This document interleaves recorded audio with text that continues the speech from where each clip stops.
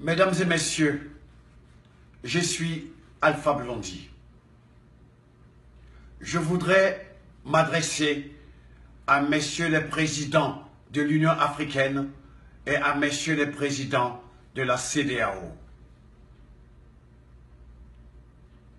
Permettez-moi de vous interpeller pour vous dire que nous, peuples africains, qui comptions sur vous pour nous défendre et pour nous protéger, nous sommes surpris et stupéfaits par rapport à votre silence devant cette situation révoltante, humiliante et inacceptable que vivent vos ressortissants, nos frères, nos sœurs, nos fils et nos filles vendus comme esclaves en Libye. La Libye qui est un pays membre de l'Union africaine. Vous et vos services de renseignement avez dû voir le reportage de CNN sur la vente aux enchères en tant qu'esclaves de vos ressortissants en captivité en Libye, au moment même où je vous parle. Qu'est-ce que vous attendez pour réagir et intervenir? Qu'est-ce que vous attendez? Ce cri du cœur n'est pas un appel à la violence, mais je demande à tous les Africains et à toutes les personnes qui ont été choquées par cet acte qui constitue un crime contre l'humanité d'assiéger toutes les ambassades libyennes dans vos pays respectifs.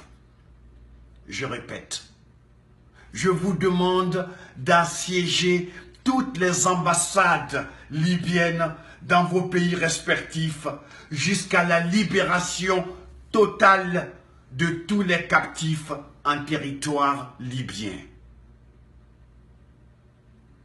Si les présidents de l'Union africaine et de la CEDEAO nous donnent l'impression d'avoir démissionné, alors la société civile est obligée de prendre ses responsabilités devant l'histoire.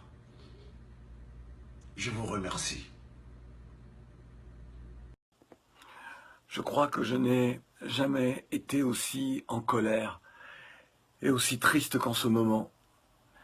Moi, le descendant d'esclaves, dont les ancêtres furent déportés d'Africa pour être des bêtes de somme dans le Nouveau Monde, je découvre qu'en ce début de XXIe siècle, en cette fin d'année 2017, je découvre qu'en Libye, ce que nous redoutions, après les accords passés entre les uns et les autres, qu'en Libye, on est en train de vendre des Africains.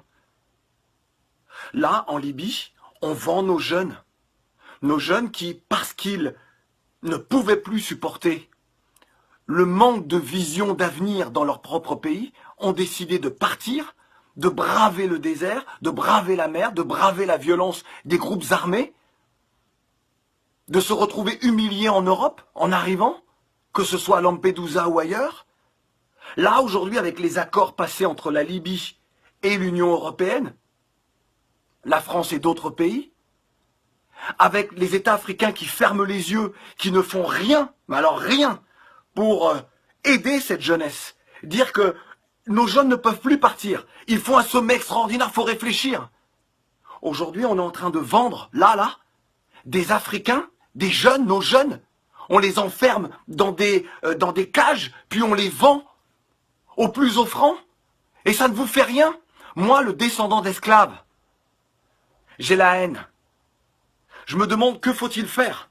Après cela, il faut que l'on nous dise qu'il faut aimer ce monde, il faut respecter les institutions telles qu'elles soient. Alors que moi, je vais rester là, à ne rien dire, à ne rien faire, alors que, là encore, ce soir, un reportage de France Info nous montre ces jeunes que l'on vend. Et personne ne dit rien. Les dirigeants ne disent rien. Les intellectuels ne disent rien. Les journalistes ne disent rien du continent. Personne ne se révolte. Les footballeurs qui ont les moyens ne disent rien. Vous laissez comme ça les uns les autres se faire vendre. Qu'est-ce que les descendants d'esclaves comme moi peuvent penser, doivent penser? C'est donc ce qui s'est passé avec nos ancêtres il y a plusieurs siècles. On ferme les yeux. Vous ne comprenez pas ce qui se joue. C'est l'avenir d'une part de l'humanité. C'est l'avenir de toute l'humanité. Lorsque des êtres humains sont capables de vendre d'autres êtres humains, c'est qu'ils s'empoisonnent eux-mêmes. Ils se privent de l'humanité. Lorsque des personnes ferment les yeux sur cela, ils se privent de cette humanité. Ils rusent avec des principes d'égalité, des principes d'honnêteté, de respect de l'autre, de démocratie. Quelle démocratie? Et celles et ceux qui subissent ça ne sont donc plus des êtres humains? C'est ça que vous acceptez aujourd'hui? Vous voulez quoi? Jusqu'où devons-nous aller pour nous faire entendre? Et là, je m'adresse aux dirigeants africains. Levez-vous, faites quelque chose. Vous voulez quoi? Que je vous supplie? Vous voulez quoi? Que nous entamions des grèves de la faim? Pour que vous réagissiez? Jusqu'à quand allez-vous profiter de l'argent, de la manne, que ce soit du pétrole ou d'autres matières premières de nos pays? Être dans les Panama Papers, dans les Paradise Papers, avoir des comptes partout, avoir des villas partout, et ne rien faire pour cette jeunesse? Combien de temps encore? Nous, on est prêts. On est prêts.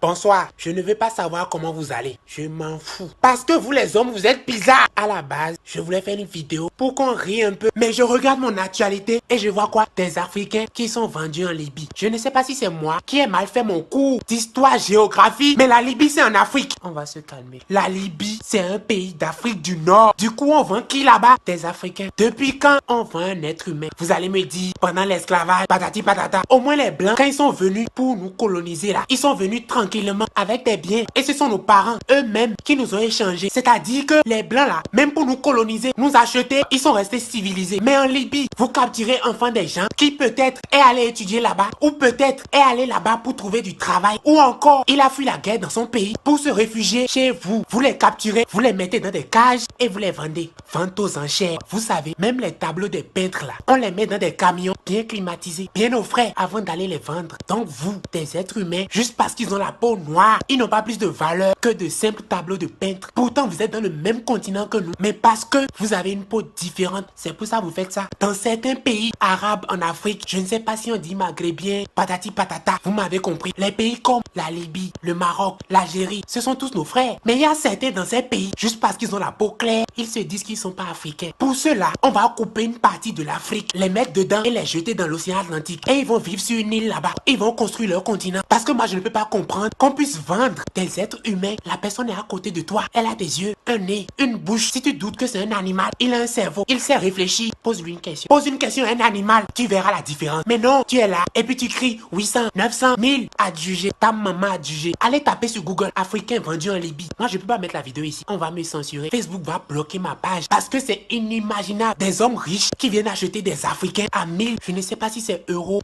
dollars ou bien quoi. Mais vous êtes tellement bête parce que si vous prenez cet argent que vous utilisez pour acheter des hommes noirs comme moi, pour qu'ils travaillent dans vos usines, mais pourquoi vous ne prenez pas cet argent pour les recruter, les payer à la fin du mois? Parce que s'ils sont dans cette situation, c'est qu'ils sont au chômage et qu'ils veulent travailler. Mais non, parce qu'ils sont noirs, ils n'ont pas le droit de recevoir un salaire à la fin du mois. On doit les acheter comme des esclaves et les faire travailler gratuitement. Et vous rendez riches des gens qui vont les capturer et qui viennent vous les vendre. Bientôt, ils seront plus riches que vous. Quand on se rend compte que dans les pays européens, américains, asiatiques, on se bat. Les présidents de ces pays-là se battent pour que le racisme disparaisse. Mais que chez nous, nous-mêmes, les victimes du racisme, il y a du racisme et de l'esclavage.